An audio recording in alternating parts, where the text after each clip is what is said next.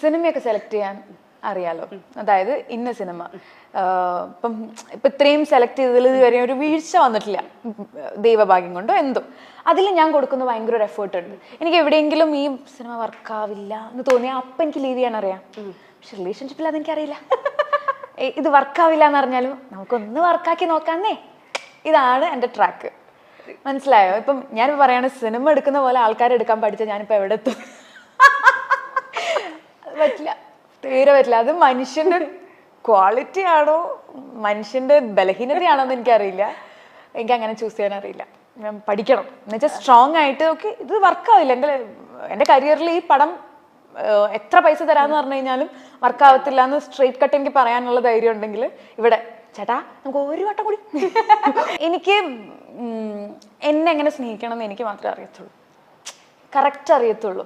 എനിക്ക് എന്തൊക്കെ വേണം, എനിക്ക് എന്തൊക്കെയാണ് ആവശ്യം, എനിക്ക് എന്ത് ഇമോഷണൽ സപ്പോർട്ട് എത്രത്തോളം വേണം, ഇതൊക്കെ എനിക്ക് തന്നെ അറിയത്തുള്ളൂ.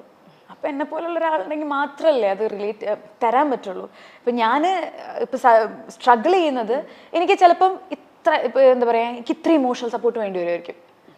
ചിലപ്പോൾ ഇത്രേ തരുന്നുണ്ടാവുള്ളൂ, നിങ്ങൾ പിടിച്ച് വലിക്ക് തറത്താന്ന് പറഞ്ഞിട്ടാണ് ഇപ്പോൾ പോകുന്നത്. ചിലപ്പം ഇത്ര തരുമായിരിക്കും, എനിക്ക് ഇത്ര മതിയാവും. അപ്പം ഈ ഒരു വേരിയേഷൻ ഒരിക്കലും നമുക്ക് കിട്ടൂല. എങ്ങനെയൊക്കെ ശ്രമിച്ചാലും അതിന് കുറേ കാലം, കുറേ അണ്ടർസ്റ്റാൻഡിങ്ങിന്റെയും കുറേ നാളത്തെ ഡേറ്റിങ്ങിന്റെ ആവശ്യമുണ്ടെന്നാണ് എനിക്ക് തോന്നുന്നത്. അയ്യോ, ഇത് ഇറ്റ്സ് നോട്ട് ഈസി എന്ന് ചില സമയത്തേ കല്യാണം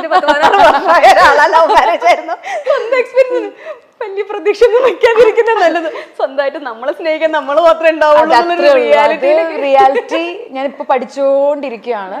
ബട്ട് എനിക്കുള്ള പ്രശ്നം എന്ന് വെച്ചാൽ എനിക്ക് ഒറ്റയ്ക്ക് സർവൈവ് ചെയ്യാനും പറ്റില്ല. അത് ഒരു ഫ്രാങ്ക് ആയിട്ടുള്ള ഒരു മനസ്സിലാക്കിയൊരു കാര്യമാണ്. I need a person. But ഈ പറഞ്ഞ പോലെ ഇമോഷണൽ കാര്യങ്ങളും എല്ലാം ഒരാളുടെ നിന്ന് കിട്ടത്തുമില്ല. But at least I can share ചെയ്യാം. അറ്റ്ലീസ്റ്റ് സമ്മൺ ഇസ് ദെയർ എന്ന് വെച്ചാൽ ഒരു മെയിൽ പേഴ്സൺ തന്നെ ഞാനത് മനസ്സിലാക്കുന്ന ഒരു കാര്യമാണ്. I need a male person to share everything. But not fully dependent ആവുക നടക്കില്ല. വളരെ ക്ലാരിറ്റി ഉണ്ട്. അതായത് മനസ്സിലാക്കുന്നു. മലയാളികൾക്ക് ഏറെ സുപരിചിതയായ നടിയാണ് വിൻസി അലോഷ്യസ്. കഴിഞ്ഞ ദിവസം വിൻസി ഒരു തുറന്നു പറച്ചിൽ നടത്തിയിരുന്നു.